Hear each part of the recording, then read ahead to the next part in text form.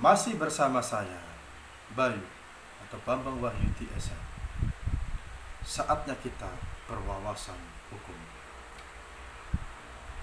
Ada pertanyaan dari beberapa teman yang menanyakan, Bang, bisakah seorang istri yang melakukan cerai gugat, namun si suami tidak pernah hadir di dalam persidangan, bahkan tidak melaksanakan iqrar talak di pengadilan, apakah secara sah hukum dalam perceraian tersebut?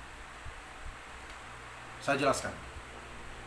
Dalam hukum perdata Islam di Indonesia, perceraian dapat terjadi melalui dua cara yang utama, tergantung siapa yang mengajukan cerai tersebut.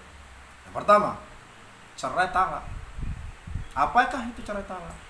Cerai talak adalah jika yang mengajukan cerai adalah suami. Yang kedua, cerai gugat. Apa itu cerai gugat? Jika yang mengajukan cerai adalah seorang istri. Jadi bedanya, jika cerai talak adalah yang mengajukan suami, jika cerai gugat adalah yang mengajukan adalah istri. Itu bedanya. Dalam konteks pertanyaan tadi di atas mengenai pengajuan cerai di pengadilan, lalu si suami tidak pernah hadir dan tidak melaksanakan iqrar talak, maka penjelasannya berikut. Yang pertama, cerai tetap sah secara hukum meski suami tidak hadir di dalam persidangan di pengadilan. Yaitu, jika istri menggugat cerai dan pengadilan mengabulkan gugatan tersebut, maka putusan cerai tersebut sah dan mengikat secara hukum. Meskipun si suami tidak pernah hadir atau tidak mengucapkan iqrar talak di dalam persidangan tersebut. Yang kedua, iqrar talak hanya diperlukan dalam kasus cerai talak suami yang mengajukan, bukan istri yang mengajukan cerai gugat. Artinya apa? Iqrar talak hanya diperlukan ketika si suami yang mengajukan cerai talak, bukan istri yang mengajukan cerai gugat. Itu bedanya. Jadi kalau istri yang mengajukan cerai gugat, maka iqrar talak tidak diwajibkan di dalam persidangan di pengadilan tersebut. Yang ketiga, dalam cerai gugat, setelah putusan berkekuatan hukum tetap atau ikrah, maka perceraian dinyatakan sah dan berlaku. Tuh. Jadi ketika sudah dikatakan ikrah karena mungkin si suami tidak hadir dan tidak melaksanakan kewajibannya untuk iqrar talak, maka putusan tetap dinyatakan sah secara prospek tersebut. Artinya apa? Walaupun tidak ada kehadiran suami, tetap dinyatakan sah secara hukum yang berlaku. Lalu landasan hukumnya apa? Landasan hukumnya adalah berdasarkan kompilasi hukum Islam atau KHI pada pasal 132 dan pasal 134. Apa bunyinya dari pasal-pasal tersebut? Yang pertama, pasal 132, yaitu jika seorang istri berhak mengajukan gugatan cerai kepada pengadilan agama. Tuh, jadi pasal 132 itu menjelaskan bahwa seorang istri itu berhak mengajukan gugatan cerai ke pengadilan agama. Artinya apa? Bukan hanya si suami, tapi istri juga berhak mengajukan gugat cerai tersebut atau cerai gugat tersebut.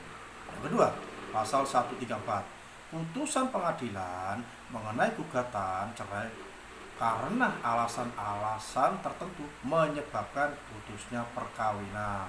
Jadi sudah dijelaskan di atas tadi bahwasanya bagaimana si suami tidak pernah hadir di persidangan, suami tidak melaksanakan iqrar talak, apakah sah secara hukum dan bisa diputus prospek karena tanpa kehadiran si suami. Seperti itu. Lalu prosesnya gimana, Bang? Prosesnya yang pertama, istri mengajukan gugatan cerai di pengadilan agama. Itu kalau berdasarkan hukum Islam.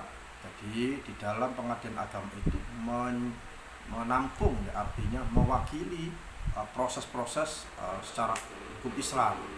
Tapi lalu bagaimana dengan non muslim? Non muslim ada di pengadilan negeri, bukan di pengadilan agama. Yang kedua, suami dipanggil secara patut atau tidak hadir di persidangan bisa dilanjutkan dengan putusan first take. Karena tidak kehadiran si suami, maka pengadilan melalui hakim bisa memutuskan putusan first take, yaitu tanpa kehadiran tergugat. Siapa tergugat? Suaminya pastinya. Yang keempat, setelah putusan inkrah, pengadilan dapat mengeluarkan akta cerai. Jadi setelah diputus dengan putusan first take, namun tidak ada gugatan first set, maka pengadilan bisa mengeluarkan akta cerai. Yang kelima, cerai sah dan tercatat meski tanpa ikrar talak dari suami. Tuh ya. Jadi kalau yang melakukan gugatan adalah si istri, maka cerai tetap sah walaupun tanpa ikrar talak dari suami. Tapi kalau yang mengajukan adalah suami, maka wajib ada ikrar talak. Kesimpulannya apa? Perceraian tetap sah secara hukum meskipun suami tidak hadir dan tidak mengucapkan ikrar talak selama perceraian terjadi lewat cerai gugat oleh istri, bukan suami. Yang kedua, gugatan dikabulkan oleh hakim dan sudah berkekuatan hukum tetap atau ikrah.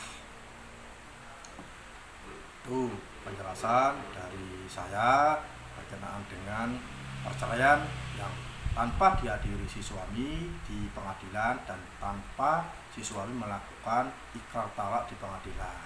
Jadi jawabannya adalah sah secara hukum berdasarkan landasan hukum pasal 132 dan 134. Demikian yang bisa saya sampaikan dan bisa saya jelaskan. Terima kasih, saatnya kita berwawasan hukum.